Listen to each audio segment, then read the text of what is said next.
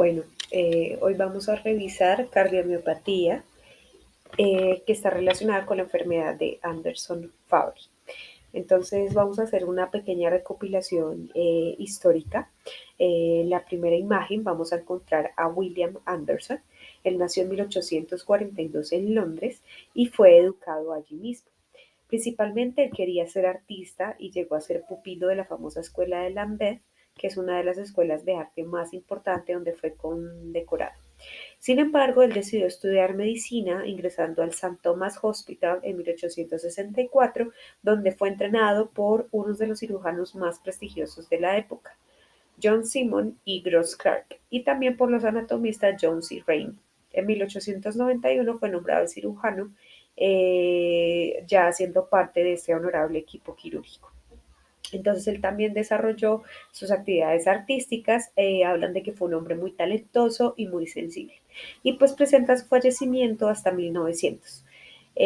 Digamos que en este sentido hablamos de William Anderson porque él fue uno de los primeros en compañía de Fabry en describir a los pacientes que presentaban, digamos que esta enfermedad.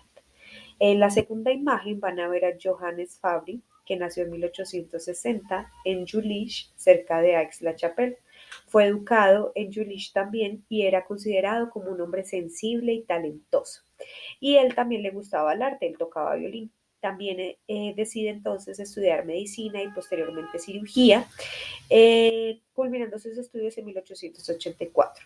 Sin embargo, tiene un accidente, pierde uno de sus extremidades inferiores y esto lo priva pues del sueño de continuar ejerciéndose como cirujano.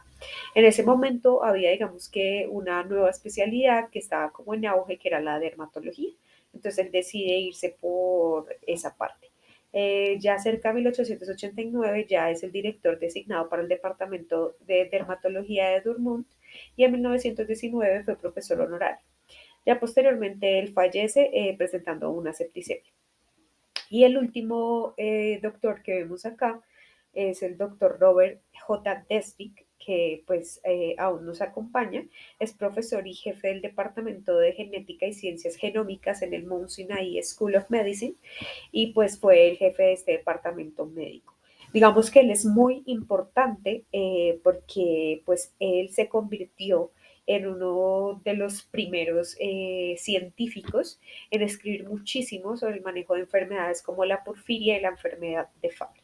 Si ustedes se remiten a buscar pues sobre la enfermedad de Fabry, van a sorprenderse al encontrar que el doctor tiene más de 100 artículos en la literatura indexados en PubMed. Bueno, a continuación un poquito de historia. Entonces el primero que publicó, digamos que algo con respecto a la enfermedad de Fabry, fue Anderson, que publica la descripción de un angioqueratoma corporis diffusum en el British Journal of Dermatology en 1898. Él describe entonces el cuadro clínico de un paciente de 39 años que era pintor y que desde los 11 años presentaba un eritema en cara anterior de rodillas, que esas lesiones finalmente se extienden a todo el tronco y extremidades y llega a presentar un episodio de sangrado intestinal a los 18 años y también un neuroma en la cadera derecha y dilataciones varicosas en sus miembros inferiores. Él decía que le parecía curioso que este hallazgo estuviera asociado a una proteinuria intermitente. En ese mismo año, en abril, Fabry describe también su primer paciente, que era un adolescente de 14 años, quien 4 años antes había desarrollado estas mismas erupciones cutáneas, iniciando también en la parte de las rodillas y las mismas habían extendido pues por todo el cuerpo del paciente. Ya digamos que este paciente desarrolla la dilatación capilar en la rodilla derecha y además presentaba pérdida de peso y disminución de la capacidad física, que nos vamos a dar cuenta que es algo muy común en los pacientes que cursan con esta enfermedad de Anderson-Fabry. Adicionalmente también presenta episodios de sangrado dado por hemoptisis y epistaxis. Bueno, más adelante en 1909, Steiner y Borner describen los síntomas neurológicos asociados a la enfermedad. En 1925, Weichsel describe los cambios a nivel cardíaco, oftálmico y algunos aspectos que le sugerían que esta enfermedad estaba ligada a alteraciones en el genoma y era hereditaria. Y ya en 1950 un patólogo de Hamburgo ratifica lo encontrado por Reuters y colaboradores, que es que tomaron unas biopsias, pues digamos, a partir de una necropsia de un cuerpo y se dan cuenta que hay unas lesiones o más bien unos hallazgos histológicos que caracterizaron como estructuras de glicofosfolípidos. Ya para 1951, Horst Bostel publica la información en cuanto a la descripción de los síntomas de 17 pacientes que habían en ese momento identificados en el mundo. Si se dan cuenta, las lesiones principales eran en piel, el 71% eran de sistema pues, renal, tenían también las alteraciones neurológicas, acá el tipo calambre, que pues es un tipo también digamos que de alteración neurológica, tenían compromiso cardíaco, hipertensión arterial y opacidades corneales. Ya para 1958 también ven que hay alteraciones de la musculatura lisa del corazón y de los nervios autónomos y caracterizan pues que hay un almacenamiento de lípidos y de grupos celulares en el riñón y en el sistema retículo endotelial. Para 1965, digamos que es ya cuando dicen que la enfermedad de Fabry se da a partir de una herencia ligada al cromosoma X y puede ser de manera homocigota o heterocigota y se presentaba en mayor parte en los hombres. En 1973, Brady describe el control de las enfermedades después de que realizan una terapia con ceramidatriexosidas, perdón, pero es que es un poco, digamos, difícil de pronunciar esta palabra. Digamos que esta es la primera vez que se nombra como tal esta terapia de reemplazo enzimático.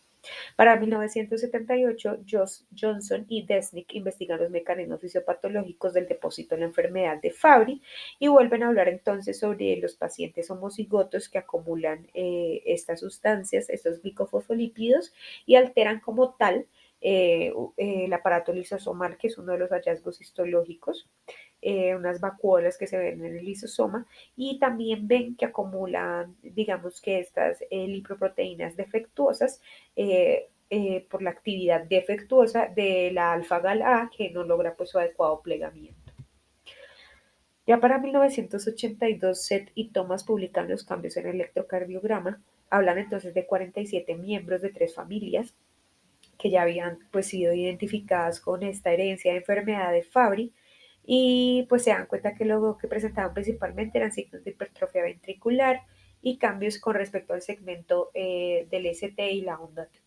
En 1986 dicen, hombre, debe haber alguna forma en la que podamos ver estos cambios electrocardiográficos sin hacer nada invasivo, perdón, estos cambios en el corazón. Entonces dicen, bueno, hagamos unos ecocardiogramas a ver qué pasa. Y se dan cuenta que en estos pacientes había un aumento en el diámetro de la raíz aórtica, un aumento del grosor del septo interventricular y una mayor masa ventricular que en las mujeres heterocigotas. Recordemos que hay un punto en que piensan que simplemente la enfermedad se liga al sexo masculino, pero pues después descubren que en verdad es a ambos sexos. En 1991, von Schmidt informó una variante de la enfermedad que aparentemente se limita al miocardio, que eso también pues ya lo sabemos a la actualidad, que hay diferentes, digamos que variaciones como tal de la enfermedad de Anderson-Fabry. En el 2000, los datos demuestran que las infusiones de alfa-gal A preparadas a partir de fibroblastos humanos son seguras y bioquímicamente activas en el paciente con enfermedad de Fabry. Y en el 2001 hacen un estudio como medio grande donde Schiffman hace una infusión de esta alfa-gal A administrada semanalmente por 12 dosis. Encuentra entonces la disminución de la severidad del dolor neuropático.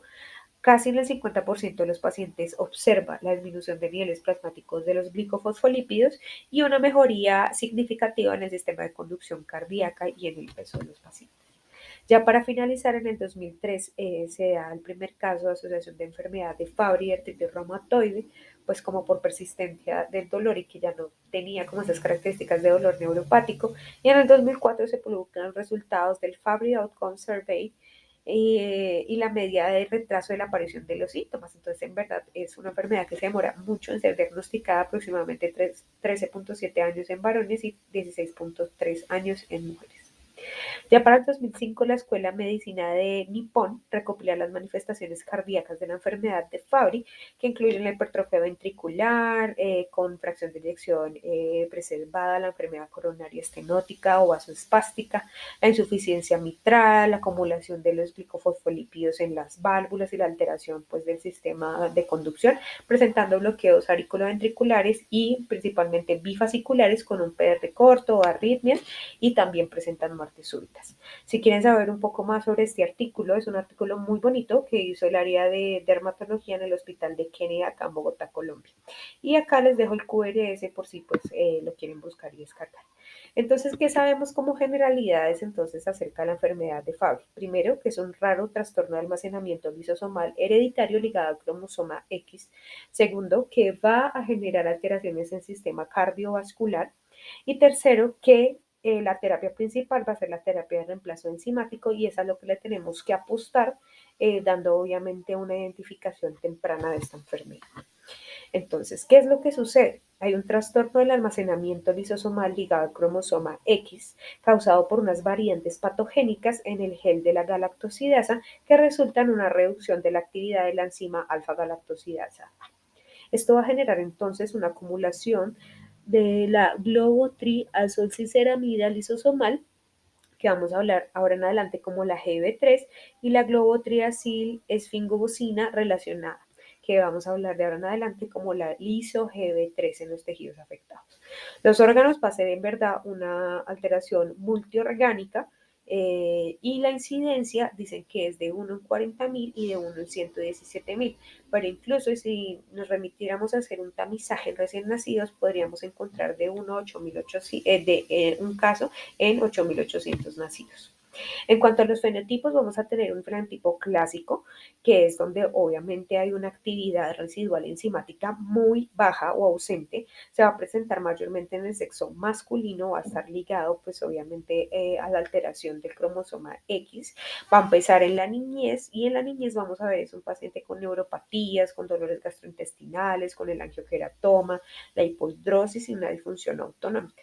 Y ya en la parte, digamos, de la adolescencia hacia la adultez podemos encontrar estos pacientes que presentan esos accidentes vasculares transitorios, que presentan ya como tal el ACV, que presentan la hipertrofia miocárdica, proteinuria o enfermedad del riñón.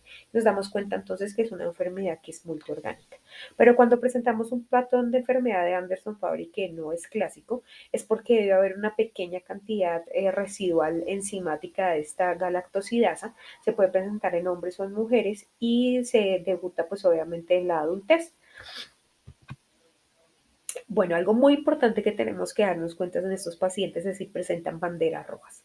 Vamos a tener banderas rojas extracardíacas como el dolor neuropático, como digamos que esta historia familiar de pacientes con falla renal o que han tenido ACVs. Vamos a tener síntomas gastrointestinales, el angioqueratoma, la cornea verticillata, que más adelante les voy a mostrar cómo se ve. Vamos a tener hipodrosis, esta hipodrosis pues va a traer unas alteraciones como intolerancia al ejercicio, intolerancia al calor o al frío, vamos a tener albuminuria, proteinuria, alteraciones renales en general y linfedema. Ya en cuanto a las banderas rojas cardíacas, vamos a tener entonces los pacientes que tienen una historia familiar con hipertrofia del ventrículo izquierdo, que tenemos un PQ o un intervalo PQ pequeño, tenemos bradicardias, tenemos incompetencia cronotrópica, bloqueos auriculoventriculares, tenemos, digamos que la dilatación aórtica que habían ellos descubierto desde el principio, alteraciones valvulares principalmente en la válvula mitral y aórtica, vamos a tener una hipertrofia de los músculos papilares y en cuanto a la cardiorresonancia vamos a ver que hay un T1 nativo que es bajo. En cuanto a la fisiopatología, entonces, como ya nos acabamos de dar cuenta, esto va a incluir daños en los miocitos, en los vasos intracardíacos y en pues todo el sistema de conducción. Entonces, ¿qué va a pasar aquí? Que el GB3, que es uno de los tipos de glicofosfolípidos que se acumulaba, como lo dijimos con anterioridad, va a hacerlo en los miocitos, en las células endoteliales, en el músculo liso, en el endocardio, los fibroblastos valvulares y en el tejido de conducción. Adicionalmente, pues digamos que toda esta acumulación que también ocurre en el miocito va a llevar a esta hipertrofia ventricular izquierda progresiva y consecuentemente ya más adelante una disfunción diastólica. Vamos a tener también episodios de isquemia miocárdica secundaria, estos episodios vasoespásticos que hace por la infiltración endotelial. Y adicionalmente, secundario a la fibrosis, vamos a desarrollar arritmias ventriculares y alteraciones de la conducción. Digamos que si le hiciéramos un zoom a la célula, lo que está pasando es que hay una alteración en la endocitosis, la autofagocitosis, la apoptosis y en general la producción de la energía a nivel mitocondrial. Esto va a llevar entonces esta reducción de la energía a nivel mitocondrial a una activación celular, a una hipertrofia, a una disfunción del miofilamento sarcomérico y a la miofibrólisis.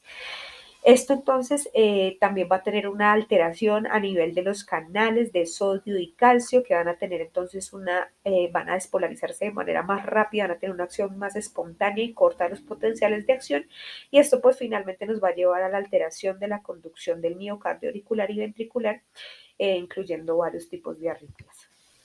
En cuanto, en cuanto al diagnóstico, entonces acá en este artículo que igual lo tienen acá abajito citado, vamos a encontrar tres colores de azulito. El azulito más claro es, digamos, como síntomas que se pueden presentar, pero también podemos encontrar en otras enfermedades. Entonces, fíjate que acá las manifestaciones clínicas nos dicen que puede tener linfedema, hipohidrosis, no tolerancia al calor ni al frío, pérdida de la audición, falla renal, pero son cosas que podemos encontrar en otras cardiopatías. En cuanto a las imágenes cardíacas, entonces tenemos la hipertrofia, podemos tener la dilatación de la raíz aórtica, un alargamiento global de pues cardíaco, pero entonces las cositas que sí nos van a decir como esto sí o sí corresponde a una enfermedad de Fabry, van a ser las manifestaciones clínicas como son la córnea verticillata, los angioqueratomas, un joven que de repente presente una CV, ya en las imágenes cardíacas que tenga un T1 nativo bajo, que tengamos la interacción inferolateral basal, que es como digamos lo que se ve principalmente también en la cardioresonancia. Vamos a ver que en los laboratorios de la química sanguínea pues va a estar incrementado el plasma liso GB3, pues que es de la enfermedad de Fabry. Y en cuanto al electrocardiograma, vamos a ver que hay una reducción en el radio de la onda T y de la duración de la onda P. Entonces, digamos que, ¿qué nos dice? Este es otro articulito y nos dice del Molecular Genetics and Metabolism del 2018, nos dice, confirmaste el diagnóstico de la enfermedad de Fabry. Entonces ahora mira a ver cuáles son los síntomas y cuáles son los órganos que están comprometidos en este paciente. Establece entonces los objetivos terapéuticos y determina qué es lo más apropiado para el paciente y discútelo con él. Digamos que desde el lado de los cuidados paliativos, que es a lo que nosotros pues nos preocupa, va a ser diferente si cogemos a un paciente con enfermedad de Fabry de manera temprana, que le podemos ofrecer una terapia de reemplazo enzimático, que esto va a mejorar su calidad de vida y sus síntomas, a que si cogemos ya a un paciente con enfermedad de Fabry, que ya su enfermedad está cardíaca, está completamente infiltrativa, que ya tiene compromiso de otros órganos, pues obviamente ya esa terapia de reemplazo enzimático ya en ese momento ni siquiera tiene evidencia, no va a funcionar, y ya tenemos que ver qué medidas paliativas son las que van a mejorar la calidad de vida de este paciente. Este artículo es un artículo muy bonito que se llama Fabry Disease and Heart, a Comprehensive Review, que también es de Molecular Science, y acá nos están mostrando entonces con qué frecuencia vemos esta alteración cardíaca. Entonces nos dicen que podemos encontrar una hipertrofia del ventrículo izquierdo aproximadamente en el 43% de los pacientes, pero estamos hablando de pacientes que están más o menos en la cuarta década de la vida. En cambio, si ya nos referimos a pacientes que son mayores o iguales a los 75 años, vamos a tener casi que el 80% demostrado de esta hipertrofia del ventrículo izquierdo. En cuanto digamos que a esta frasecita acá que dice LGE, eso traduce Late Gadolinium Enhancement, y eso es lo que se ve en la cardioresonancia, que es que en la fase TD2, entonces vamos a ver que hay como que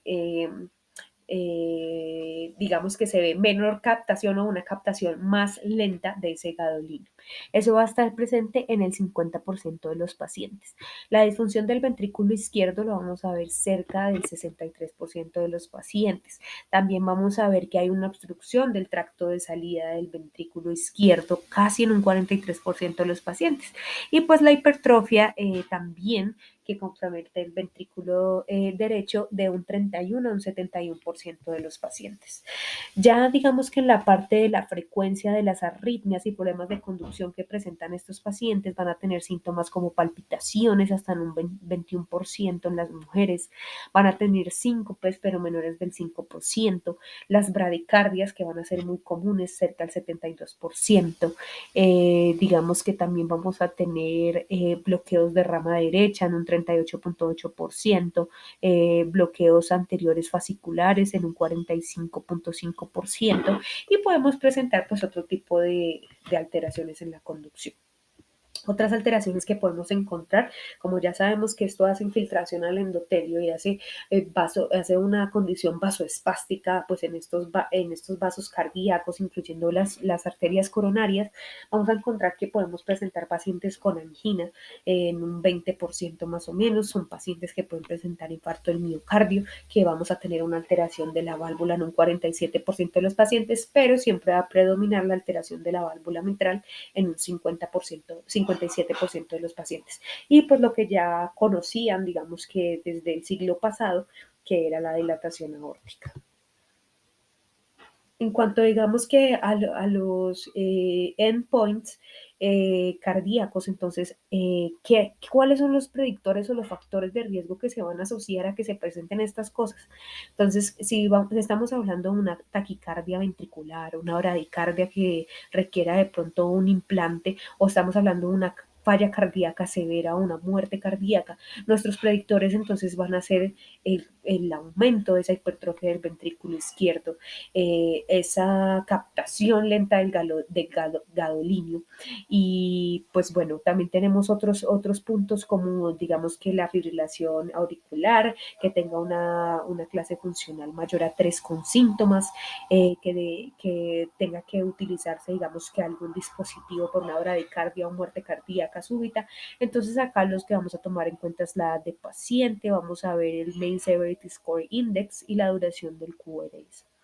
Digamos que estos son algunas de las cosas principales. Otra es como tal que este paciente presente muerte cardíaca, que tenga una taquicardia ventricular maligna, que tenga una fibrilación auricular o que tenga una falla cardíaca severa. Nos vamos a llenar, mejor dicho, de razones. Es la conclusión de este cuadro, de su edad, de su tasa de filtración glomerular, de cómo está la troponina, porque sabemos que la troponina está directamente relacionada a este late gadolinium enhancement. A medida que este se hace como mayor, por decirlo así, mayor, vamos a ver elevada la troponina, el ProNP, que ya sabemos la evidencia que tiene en cuanto a falla cardíaca, la masa del ventrículo izquierdo, en el ecocardiograma ver el prima radio, y también podemos tomar entonces lo que yo les decía de la longitud global como tal de ese corazón. En cuanto, digamos, a las recomendaciones que nos dice la guía europea acerca del diagnóstico y la monitorización en estos pacientes con enfermedad de Fabry, pues en general nos dice que es una clase E, un nivel B, electrocardiograma de 12 derivaciones, que debemos de pedirlo en la primera valoración que tenemos con nuestros pacientes. Entonces, este lo debemos realizar la primera valoración y realizarlo cada 6 a 12 meses. También debemos de pedir imágenes cardíacas. Digamos que la clase 1, nivel B, siempre va a ser el ecocardiograma Doppler. Este va a estar recomendado, digamos que en todos los pacientes en su primera visita médica, y nosotros debemos de ordenarlo cada 12 a 24 meses. Ya en cuanto a la cardioresonancia, nos dice que es una clase 2A y un nivel C. Vamos a encontrar que muchos estudios nos dicen que el mejor estudio o imagen es la cardioresonancia, pero ustedes saben que tiene, digamos que ciertas contraindicaciones, el paciente claustrofóbico, casi pues cualquier persona no se aguanta el examen, de pronto si tiene algún otro dispositivo por alguna razón. Entonces, más que todo es por eso que digamos que la cardioresonancia se le baja la evidencia, pero en verdad es como, yo creo que el mejor estudio, y sabemos que ahí es donde podemos ver la fase nativa T1 y la T2, que también es un criterio diagnóstico dentro de la enfermedad de Fabry. Digamos que ya para la parte de la biopsia endomiocárdica, Ya eso se va a pedir, digamos, según el algoritmo diagnóstico que les voy a mostrar al final, pero ya sería como para corroborar definitivamente, digamos, que el paciente curse con esta enfermedad de Fabry y estemos hablando con alguien que no tenga un fenotipo que sea clásico, de pronto que sea mujer y que no pues debute con todo este cuadro clínico. Y ya en cuanto a los biomarcadores, entonces lo ideal pues es obviamente medir la función renal porque es uno de los órganos que se afecta, medirle la microalbuminuria, la proteinuria, esto es clase 1, nivel C, también el BNP, ProBNP, que sabemos que es para los pacientes que están sintomáticos y probablemente estén cursando con una falla cardíaca, y en verdad la troponina pues no tiene tanta así como evidencia, pero sí nos habla, digamos, del deterioro y la progresión de la enfermedad. Entonces acá estas imágenes son de este mismo artículo que está citadito acá abajo. Entonces acá nos están hablando de una señora de 54 años que fue referida al servicio de urgencia por un dolor en el pecho, ¿sí? Y allá se dan cuenta que en verdad no tenía ninguna de estas banderas rojas cardíacas que habíamos visto al principio. Le hacen entonces un electrocardiograma que muestra, como pueden ver acá, unas ondas T gigantes negativas. Le hacen entonces un ecocardiograma bidimensional que muestra que tiene esta hipertrofia apical y pues obviamente tiene una cardiomiopatía hipertrófica que tiene en este caso una fracción de eyección del ventrículo izquierdo disminuida, porque sabemos que estos pacientes por lo general debutan con una FEBI conservada y que también tiene alteraciones diastólicas. Ya digamos que en esta parte de abajo lo que nos muestran es la cardioresonancia que vuelve y nos, digamos, nos ayuda a decir, sí, mira, acá hay una hipertrofia en el ápex pues del corazón, y acá ya en la fase T1 nativa que nos muestra cómo digamos, hay un valor de referencia en el caso de la paciente de 857, cuando deberíamos de tener un nivel de referencia aproximadamente en 984. Es decir, que estos valores de T1 están bajos. Y ya digamos que con estos exámenes ya ellos pudieron determinar que esta mujer pues presentaba una enfermedad de Fabry, pero el fenotipo que solo se limitaba, digamos, que a la parte cardíaca. Este artículo es muy bonito para que lo revisen. Se llama Cardiac Imaging in Anderson Fabry Disease, Past, Present and Future. Es también de Clinical Medicine, que es de la misma línea de pues, los moleculares que les dije anteriormente. De acá pues les dejo entonces la tablita de cuáles son esos hallazgos ecocardiográficos que vamos a encontrar en la enfermedad de Fabry, pero lo que más me importa es mostrarles las imágenes. Entonces acá en la imagen A lo que podemos ver es un eje paraesternal largo que nos va a mostrar cómo está esta hipertrofia simétrica en este paciente con enfermedad de Anderson-Fabry. Ya en esta parte B lo que podemos ver es cómo está el signo binario en el ventrículo izquierdo, que es un signo ecocardiográfico de que se presenta en la enfermedad de Fabry, pero igual digamos que ha habido algunos estudios en los que se puede presentar o no, no es que sea como que muy diciente, pero sí se ha visto en esta enfermedad o se ve en esta enfermedad. Y esta imagen, que es una de mis favoritas, muestra la hipertrofia papilar del músculo en la enfermedad pues de Anderson-Fabry, tomando en cuenta este eje apical largo. Y ya, digamos, en esta fase, en la imagen D, entonces podemos ver un eje paraesternal ya corto que también nos muestra, digamos, que esta hipertrofia del músculo papilar. Bueno, acá digamos que es un poquito más de los criterios, pero con respecto a la cardioresonancia, que entonces lo que va a pasar es que tenemos un T1 nativo que está bajito y pues un T2 que ya muestra, digamos, en este caso en la imagen, parte de fibrosis, edema, de todo ese proceso infiltrativo que va a ser pues como muy diciente para nosotros hablar sobre la progresión de la enfermedad.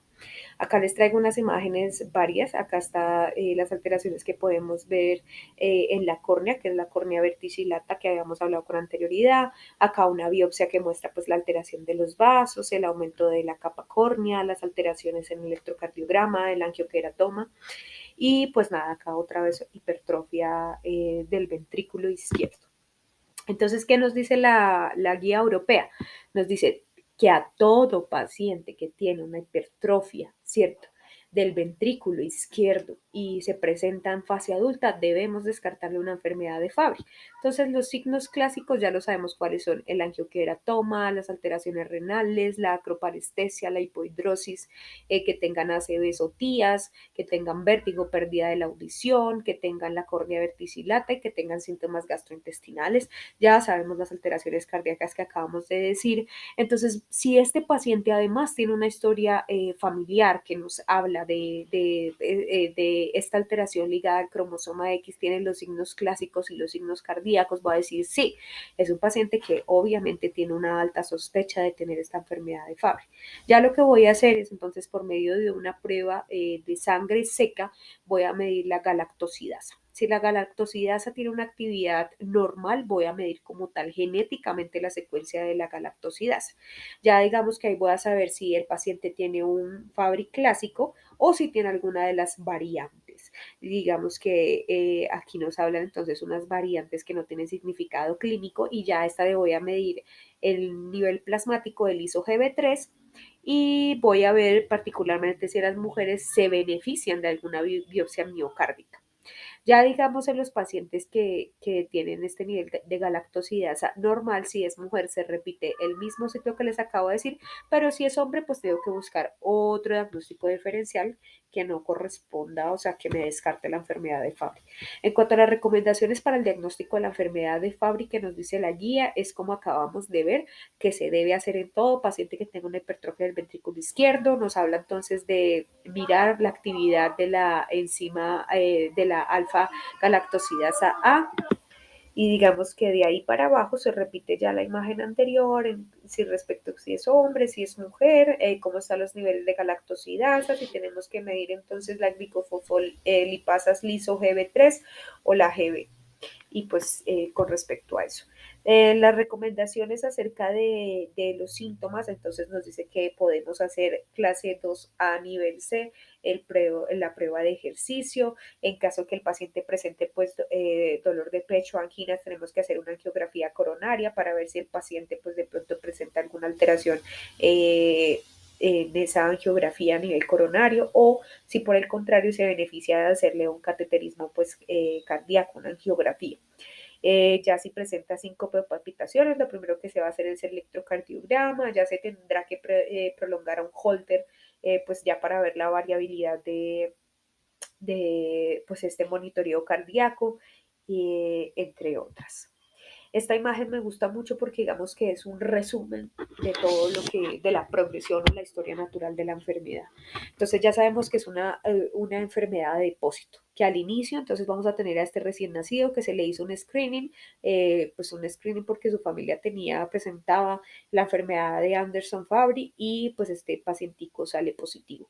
Nos vamos a dar cuenta que en cuanto a la evolución, pues esta acumulación de glicofosfolipidos en este momento pues no va a ser tan alta y va a tener una alta respuesta y eficacia esta terapia de reemplazo enzimático.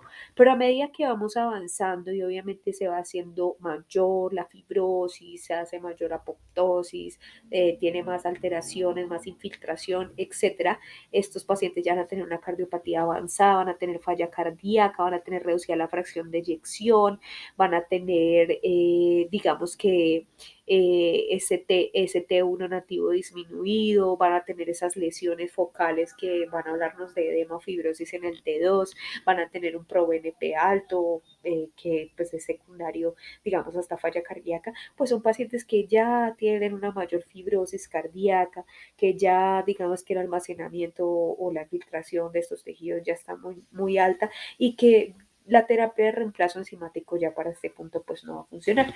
Entonces, ¿qué nos deja esta gráfica? Que lo importante es coger al paciente cuando está en la fase de almacenamiento, o sea, como que se está infiltrando hasta ahora, pero todavía no hay inflamación ni hipertrofia, ni hay fibrosis ni disfunción.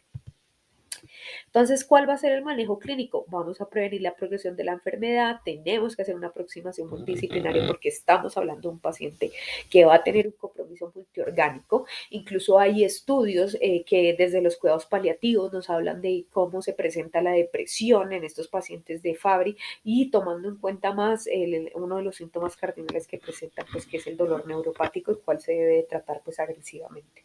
Pero todo es centrado en las terapias de reemplazo enzimático porque esto es lo que realmente va a cambiar la condición de esta enfermedad. Vamos a tener las complicaciones cardíacas, renales, óseas y todas las que pues encierra esta patología.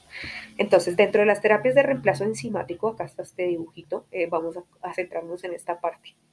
Estas terapias de reemplazo enzimático se sintetizan in vivo o se pueden hacer ex vivo por medio de terapia genética. Entonces, ¿cuáles van a ser? Se van a administrar de manera intravenosa 2 veces por semana. Están indicadas en los pacientes que tienen una enfermedad de Anderson-Fabry sintomática. Va a mejorar su calidad de vida porque va a mejorar los síntomas gastrointestinales, el dolor neuropático, la intolerancia al calor y al ejercicio. Va a retrasar la enfermedad cardíaca y va a reducir los eventos cardiovasculares. Es decir, que si se aplica de manera temprana, puede ser que nuestro paciente no llegue hasta esa hipertrofia ventricular izquierda. Recordamos que entonces ya para esos pacientes que están en la fase de fibrosis, ya esta terapia de reemplazo hormonal no va a servir.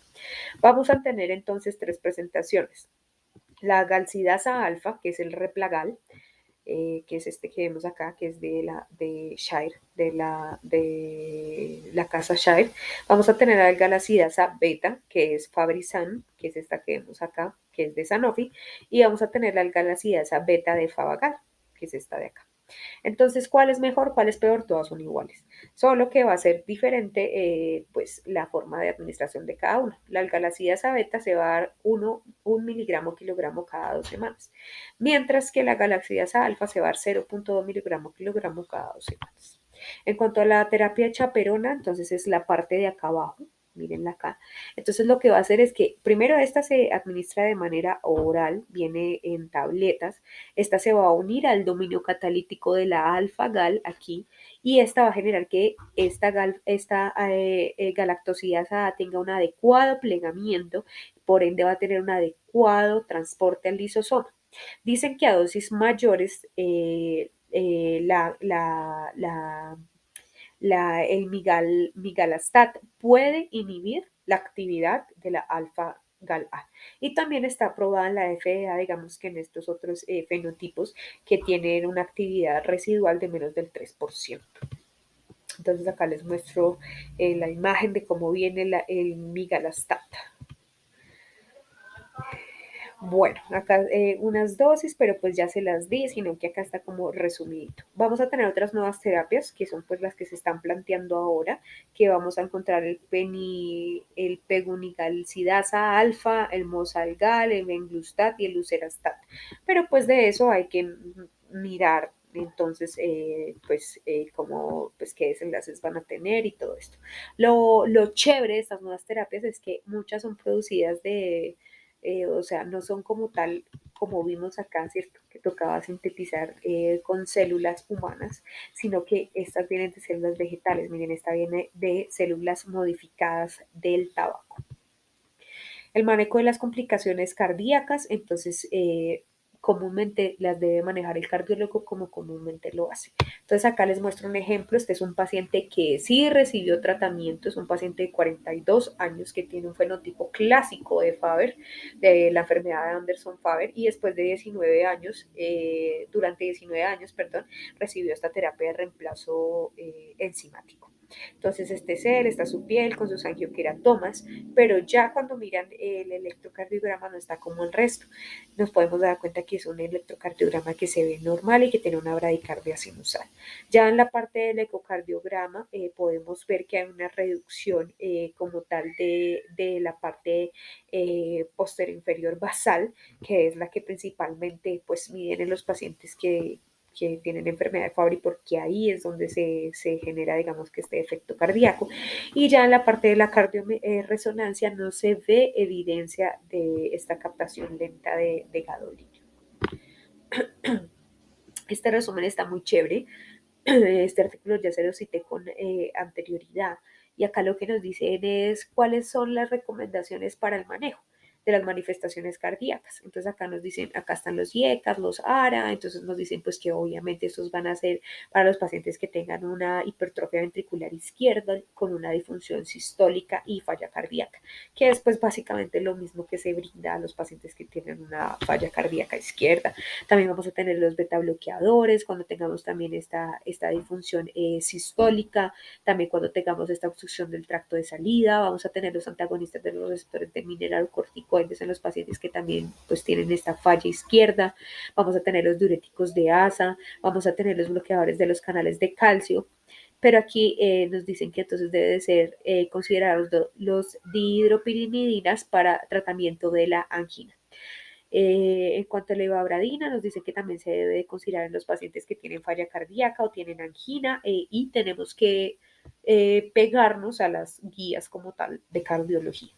Esta parte es la que quiero dejar clara, que nos dicen acá que la miodarona no la deberíamos de utilizar en los pacientes con enfermedad de Fabry. ¿Listo? Y bueno, entonces acá nos dan las recomendaciones acerca de los dispositivos cardíacos.